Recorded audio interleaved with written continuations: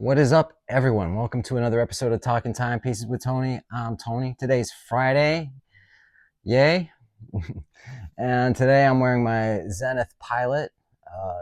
Just my favorite watch. Just get it out of the way. You all know that this has just been a staple piece that I've had now for coming up about 2 years. And today, Friday, for those of you who don't know, we have the Q&A. So what that is every week we do a Q&A, and you ask your questions in the comment below, and I will feature your question on the next Q&A. We do this every Friday. We've been doing it for a couple years now, I think, and it's a lot of fun. I love answering your questions. I love interacting with everyone. And I appreciate everyone's questions. Anything you want to ask me, just go ahead and ask in the comment below, in the comment section below, and we'll feature that. Okay. It's usually a lot of you know that I do 2 videos a week, which would be Friday and then Saturday. So usually the Q&A, and then I'll do some regular content.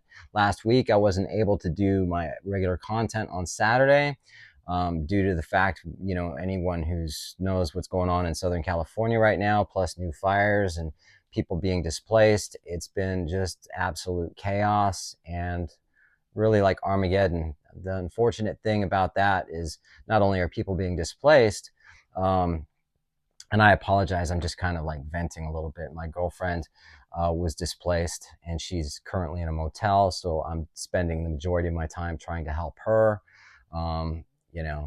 It's just one of those things that we're trying to get her into a new place, and she needs a bigger place than what I have. She's got 2 dogs, things like that. So but that's what we're working on. So I'm extremely exhausted. So I appreciate everyone who's been supportive. It means a lot to me.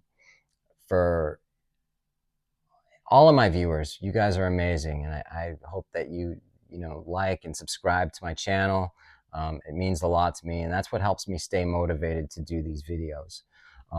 So having said that, or that being said, let's move into it. The first one is actually DeMarco watches. I don't know if you guys know that a new brand, which is a micro brand called DeMarco watches, came out just about a month, 2 months ago, and he's doing a giveaway. It's a piece unique giveaway starting today, which would have been actually a couple days ago.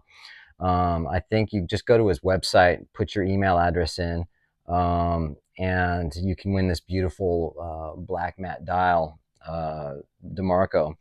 And it's a prototype watch. And I have the pistachio dial, and I love it.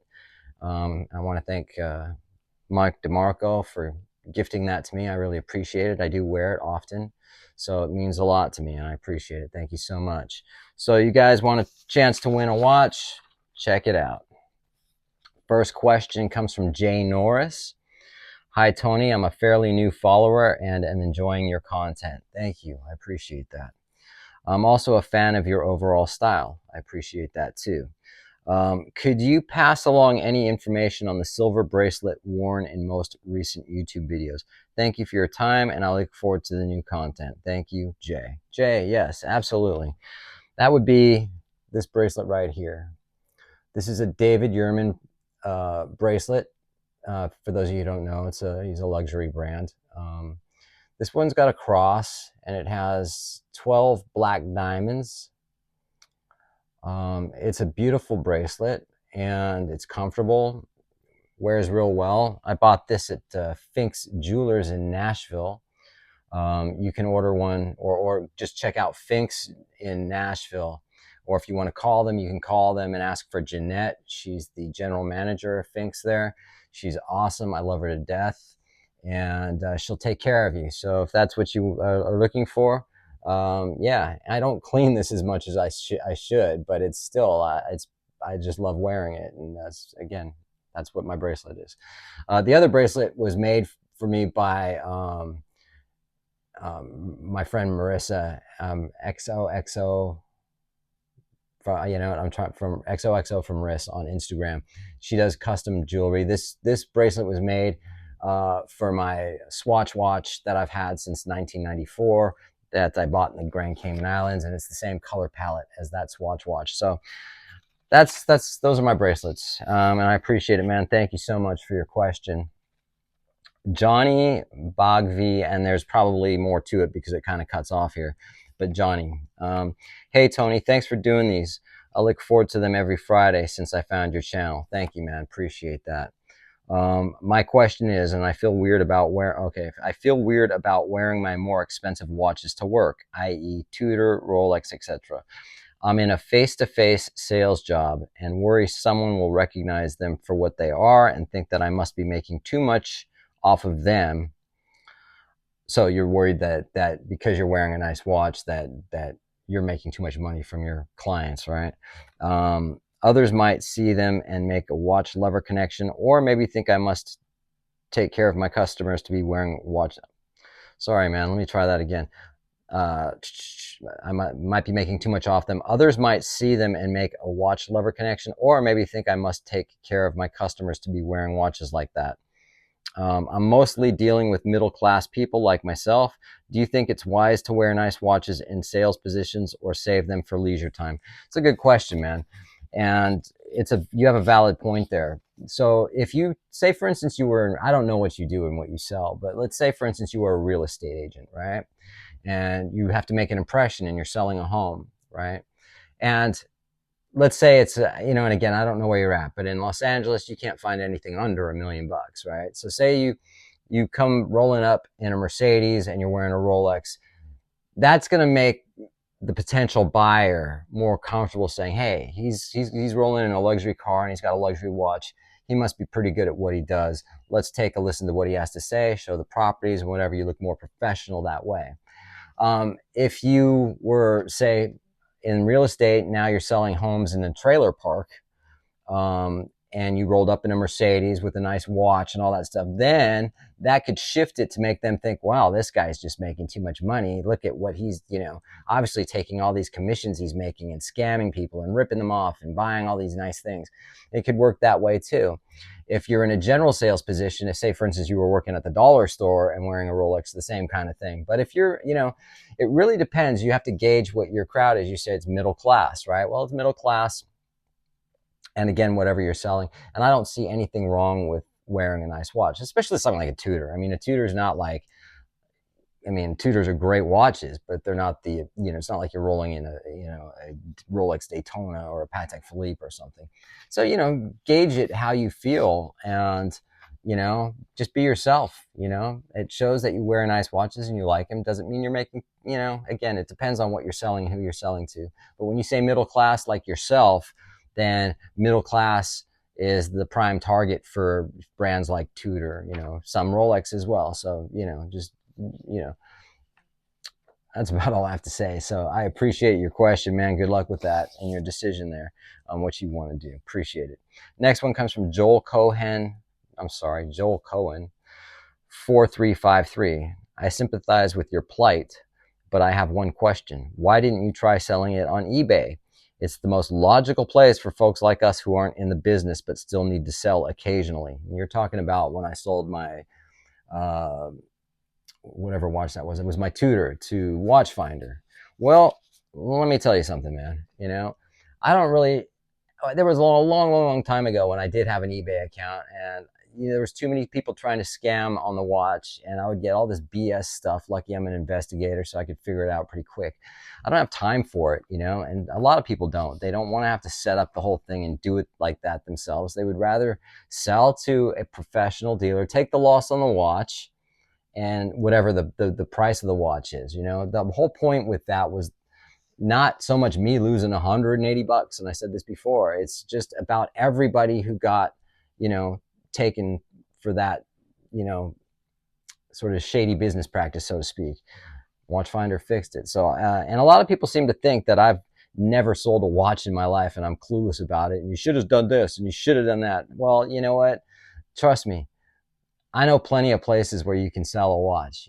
I just, at that particular time, wanted to give them, my business to see how they operate and whatever. Yeah, granted, I took the, whatever it is.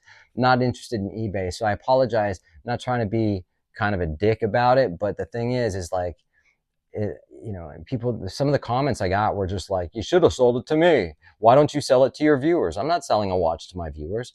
That's not, you know, that's not my gig. I don't want to sell something to someone who's a viewer of mine, you know. It's just there's that's why I don't recommend places to sell your watch generally, because it's like, I don't want to be responsible if you have a bad experience. You know what I mean? I don't want to be responsible sending a watch to someone that's a viewer, and that viewer might be some kind of, you know, disgruntled, pissed off, you know, kind of person, and say, well, there's a scratch on it, I want this. I sold a Breitling to one of my viewers once, and you know, he seems to know a lot about the watch. It was my top time. And, you know, then the next day he's like, well, the rotor makes too much noise. Is there anything wrong with the rotor? I'm like, well, if you know anything about watches, dude, you'll know the fucking Valjoux 7750 has a winding. It winds and the watch shakes when you wind it. That's the Valjoux 7750. So I don't mean to go on a rant about it, but, you know, I'll sell to who I want to sell to. And I appreciate people that want to give me advice, but trust me, I've been doing this for a long time. Not that I'm in the business of buying and selling. It's just, I know how to do it. You know, and granted, you'll get those, well, you obviously didn't know it this time. Well, I was trying a new company, didn't know what their business practices were until it happened. So there you go, man. But I do appreciate your comment. Next question comes from Rob02138. Hi, Tony, new subscriber here. Hope you stay safe and well out there. Thank you, man. I deal with hurricanes here. House flooded with Helene. Sorry to hear that. But in general, they are less frightening to me than wildfires. Yeah, the wildfires are pretty brutal, man. We also have major earthquakes, too. I haven't had one in a long time, touch wood. I hope we don't. But my question, my favorite top 3 brands in no particular order: VC, PP, and Zenith. That's Vacheron Constantin, Patek Philippe, and Zenith. I find it amazing that Zenith doesn't get more appreciation from watch aficionados. Their history, innovative movements, quality, and style. Some in catalog are pushing it, I admit, are all superlative. Why do you think always seem to be a bridesmaid but never the bride? Thanks, man. That's a good question, too. You know, and you're correct. I mean, they're up there. They should be way more recognized than they are. But unfortunately, you know, people are very fickle, you know, and it's just one of those things. And the thing is people are bandwagon hoppers, man. They want to be on the bandwagon. Oh, this is popular, that's why I want this. What do you think about the Daytona? You know, no one wanted the Daytona many years ago, but because now it's super fucking sought after, everybody wants one, you know. But do you really want one, or are you just going with the flow, with the crowd? You know what I mean? You're like a sheep following people or whatever, right? So what it would take to get Zenith where they're at now. Zenith are a very healthy brand, so they're not going anywhere. They're doing very well, and it's getting the right watch on the right person. Granted, what's Aaron Rodgers from, you know, the oh my god, Green Bay Packers, you know, has a watch, Zenith watch, you know, but he's not really he's not really in the spotlight a lot. He's, you know, it's one of those things that if basically, even if the top YouTubers are pushing Zenith, it doesn't mean the crowd's going to follow and buy it. They're like, okay, well, here's the thing. I'll just hypothetically say this is a $7,800 watch, right? But they're in that market, you know, even with some of their little bit more expensive watches. What else could I get for $7,800? What else could I get for 10 grand? What else could I get for 15 grand? You know what I mean? And then they weigh well, this one's more popular and it might be worth more if I ever try to sell it. It's never about, like, you know, just the watch and their history and their heritage. Most people don't care about the history and the heritage. They just want a beautiful watch or a nice watch. And then they sit there and they go, okay, is this justifiable? Am I going to wear this? Am I going to love it? You know, and what are the other options in that price point? So I think there's just so much more to it. It's not about the history and the heritage, because, like I say, most people don't give a shit. They don't care that, you know, there were the whole, everything about Zenith. I could go into it, and I've done plenty of videos on it, but that's just what it is, you know? So when you look at a watch like this is $7,800, but you can also get like a Rolex OP for, you know, for less, you know what I mean? So it's like, that's just one of those things, you know, and maybe they'll get to that point where they're more popular and people start buying them more, but, you know, they're still doing very well though. And thanks for your question. This next one from Austin Cragen 7391 from Pasadena over here. So you know about what's going on out here, of course. It's been a crazy 2 weeks. Great to see your regular upload. Thank you, man, and I hope you're safe as well. Question: what do you think it's the most? What do you think is the most classy, tasteful Datejust dial? I was really digging the new stick loom indices, but I really appreciate the flat white dial with Roman numerals. Now that's a dial. Now that's a dial that makes the new Datejust look like a vintage one without build quality of vintage. There's something classy about Roman numerals on a Datejust 36. I recall you owned a Wimbledon. How was the legibility? The Wimbledon's legibility was not bad. It wasn't as bad as what it might appear to be. You know, it's definitely a beautiful watch. That's my favorite Datejust. I did have a white dial Roman numeral. I fucking love that watch, and I think that's just kind of, you can't go wrong with the white dial and the Roman numerals. You know, I love the stick indices as well, but there is something, you're right about the Roman numerals. I have a blue 36 as well with Roman numerals. And, you know, I think the overall look of the watch is just absolute class. You know, it's classic, man. So yeah, thanks for your question, man. Next one comes from Wes Braddock 553. Hey, Tony, glad to see you staying safe out there. Appreciate it. Question for the Q&A. You mentioned a few times recently that you don't wear your Daytona due to legibility issues. Assuming you haven't sold it, is the reason to sell because of your relationship with your AD, keeping it as an investment or something else? Yeah, so the Daytona, as we all know, and I've said this before, it's not legible. Here's the thing. When I got allocated that watch, I was freaking super stoked. I couldn't believe that I got that watch, man. When I got the call, you know, I knew I was getting it, but when I got it, I was just blown away. Now, here's the thing. I've had some people go, well, if it's not legible, why did you buy it in the first place? Well, here's the thing. When I got it, keep in mind, when you're in Bindi and you've got the lights and everything there and you're in a nice room, and I have glasses for vision and I have readers, right? So when I'm in that environment, I'm wearing my readers, right? I'm looking at a white dial with, you know, white gold hands and whatever. I'm looking at that watch and it was perfectly legible when I bought it, right?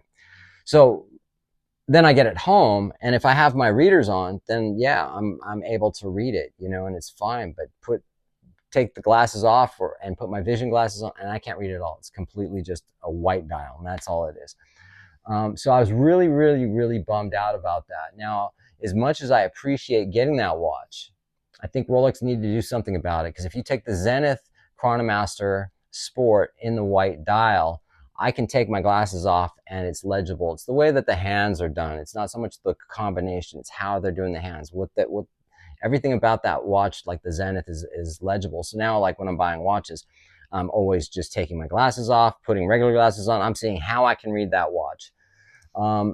As far as it goes, it's one of those things too, that if I was to ever have LASIK surgery, and you can't just go in and get LASIK surgery, it's a weird thing about that.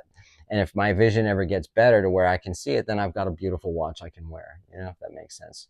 So yeah, I don't wear it, and it sits in the bank, and that's what it is. Simple as that. So all you guys, I appreciate it. Like, subscribe, helps me stay motivated. I said that earlier, and you have a great rest of your day. Thanks.